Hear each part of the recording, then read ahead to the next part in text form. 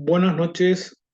Vamos a presentar pantalla sobre el resumen de lo que fue el primer día del Seminario en Prevención del Lavado de Activos y Financiamiento del Terrorismo organizado por CEDOC y el diario Última Hora. Realmente estuvo muy interesante, mucha gente a pesar del frío.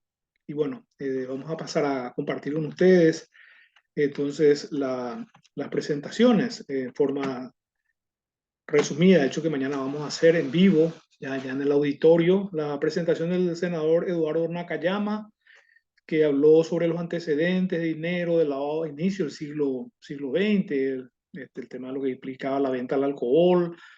Habló justamente del personaje que en ese momento tenía prácticamente el monopolio de la venta de alcohol, y eso obviamente generaba muchas ganancias. Obviamente a partir de esos momentos la propia policía identifica lo que es el dinero sucio, que es un dinero no declarado producto de estas operaciones ilegales.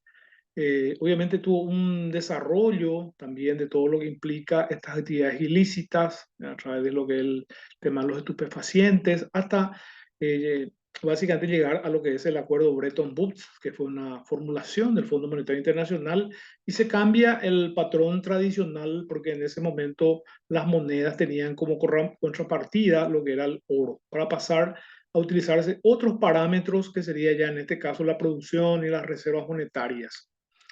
También habló de las leyes de prácticas corruptas en el extranjero, que fue una de las primeras leyes en Estados Unidos, 1977, para combatir ese, porque uno de los delitos precedentes en tema de lavado de activos y financiamiento del terrorismo es lo que implica básicamente la corrupción. También habló sobre lo que es la aparición en el año 1990 del Grupo de Acción Financiera Internacional, que motivado justamente porque esta gente, estos delincuentes, lo que hacían era penetrar al sistema financiero para luego ocultar y diversificar. Entonces, siempre el sistema financiero fue un punto de partida para este tipo de operaciones que envolvía al dinero, ¿verdad? Entonces, Gafi aparece en 1990, reforzado por lo que implica la ley, en este caso las mejores prácticas de Basilea, que son las recomendaciones, las 40 recomendaciones de Gafi, que tuvo sus modificaciones a partir de varios eventos que vamos a hablar más adelante. También hubo un tema en la presentación que justamente mucha gente tuvieron que volver al patrón oro hoy en este tema de los activos virtuales, que son las criptomonedas, en forma extensiva, teniendo en cuenta que hubieron países que fueron suspendidos en el uso del sistema SWIFT, principalmente por estos ataques terroristas. Hay países que no son cooperantes, y lo último que tenemos ya en estos últimos años es la guerra de Rusia contra Ucrania. Y también lo que implica el cambio, el producto de estos eventos de terroristas, la caída de las Torres Gemelas, el ataque a la estación de trenes de Atocha, la caída de las Torres Gemelas en Estados Unidos, eh, en Nueva York, y el ataque a Atocha, una estación de trenes en Madrid, España, y otros eventos más. Entonces, ese cambio de enfoque, que justamente lo que querría es precautelar básicamente la lucha contra estos delincuentes. Entonces, esto es lo principal, digamos, que podemos ver, y vamos a ir hablando mañana sobre la presentación en directo de lo que implica básicamente el, la lucha y todo lo que pasó a partir de la aparición de ciertas instituciones y ciertas estrategias en la lucha contra este flagelo. La siguiente presentación, para hacer este resumen, para la gente que nos sigue en las redes, los medios acá de última hora, es básicamente la presentación del doctor Fernando Filártiga, que es miembro del directorio del Banco Central. Él hizo una hincapié sobre lo que es la cuarta ronda de evaluación mutua, su proyección en el espacio y en el tiempo, vio justamente todo lo que se dio hasta el 2022, que Paraguay prácticamente tuvo una victoria, ¿verdad?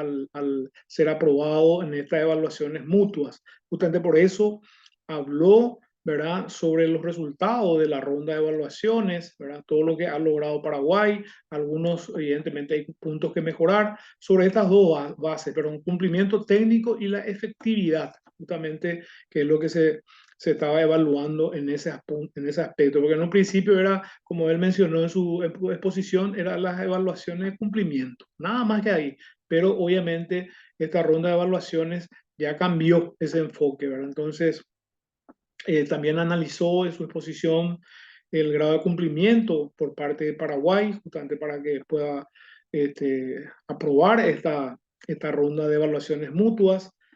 También habló en su momento de lo que implica el rol del sistema financiero sobre dos ejes fundamentales, que es el cumplimiento de los manuales de prevención de lavado de activos y financiamiento del terrorismo, como asimismo la gestión de riesgo, que es la autoevaluación de riesgos, la identificación, la evaluación y mitigación de riesgo, que es fundamental para todo tipo de entidad y principalmente lo que son los sujetos obligados que tienen normativas bien concretas. También habló sobre la mirada al futuro, ¿verdad? Y obviamente haciendo referencia al informe de evaluación mutua de Paraguay, que en teoría parece que habrá una en el 2028 aproximadamente, y la nueva evaluación de riesgo que está concluyendo, porque eso también pudimos sacar de la siguiente, la siguiente presentación, ¿verdad? Que vamos a charlar enseguida, en donde ya está un resultado preliminar, ¿verdad? Y bueno, entonces esto fue en apretada síntesis lo que ha presentado el doctor Fernando Filártiga, miembro del directorio del Banco Central del Paraguay. Es importante resaltar que hubo muchas preguntas, ¿verdad? De parte de los asistentes. La presentación de Rodrigo Aguayo, que es jefe de departamento de la CEPRELAT, obviamente hizo un reconto de todo lo que implica la CEPRELAT, ¿verdad? Las funciones, las atribuciones, dentro de las funciones, obviamente lo que es la regulación, lo que es la supervisión propiamente dicha y lo que es una unidad de inteligencia financiera que sería la CEPRELAT. También habló de la composición anti-lavado de activos y contra el financiamiento del terrorismo, el sistema, obviamente dando un detalle, ¿verdad?, de lo que implica quiénes conforman, ¿verdad? Y también los nuevos sujetos que se van sumando a todo esto. Esto obviamente dentro de lo que él explicó, dentro del marco de las sucesivas modificaciones que tuvo la ley 1015/97. También él habló sobre el Grupo de Acción Financiera Internacional, ¿verdad? Los estándares, las modificaciones de esos estándares. Hoy, obviamente, ustedes sabrán, hay 40 recomendaciones y esas 40 recomendaciones, 9 se han modificado en febrero del 2012 con una actualización en febrero del 2018. Pero no obstante, sigue manteniendo y justamente eso es la que motiva lo que implica el enfoque basado en riesgo, que hay para hablar más de una presentación. Pero es algo fundamental porque exige el estándar número 1 que los países deben de evaluar sus riesgos de lavado de activos y financiamiento del terrorismo, designar una autoridad y obviamente aplicar todos los recursos necesarios para justamente mitigar los efectos del lavado de activos y el financiamiento del terrorismo. Entonces, sobre eso también habló, tanto los factores de riesgos, ¿verdad? O sea, fue una presentación también muy completa del colega Rodrigo y también con muchas preguntas. También él habló de la autoevaluación, ¿verdad? De la autoevaluación de riesgos de lavado de activos, que es algo dentro de la estrategia de prevención, porque su tema es la estrategia de prevención de lavado de activos y financiamiento al terrorismo, y dentro de la estrategia, después de identificar el riesgo inherente, yo tengo que hacer una autoevaluación de riesgos para ver a los riesgos al cual estoy expuesto como sujeto obligado. Obviamente después ya viene todo lo que implica la identificación, evaluación, mitigación, la debida diligencia, conocimiento del cliente, los controles, riesgo residual, que tiene que ser el 30% del riesgo inherente. Luego tenemos lo que es la guinda de la torta, lo más importante en este sistema, que es el reporte de operaciones sospechosas, que ya habló también en este caso el miembro titular del directorio del Banco Central, el doctor Fernando Filártiga, cuando habló sobre los reportes. Paraguay tiene un promedio de 987 reportes por mes, o sea que no es muy alto, ¿verdad?, la cantidad de reportes que tenemos. Y acuérdense, eso también hablamos hoy, todo lo que necesita ese proceso de sujeto obligado, CEPRELAT o un supervisor natural, pasando por el Ministerio Público y finalmente con un juez penal de garantías. El insumo básico es el reporte de operaciones sospechosas. Habló también de la conclusión, ¿verdad? Del enfoque basado en riesgos, ¿verdad?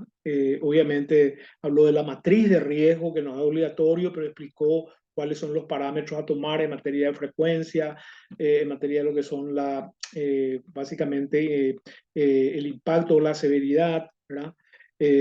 Consideraciones que tienen en cuenta los supervisores cuando van básicamente a verificar, ¿verdad?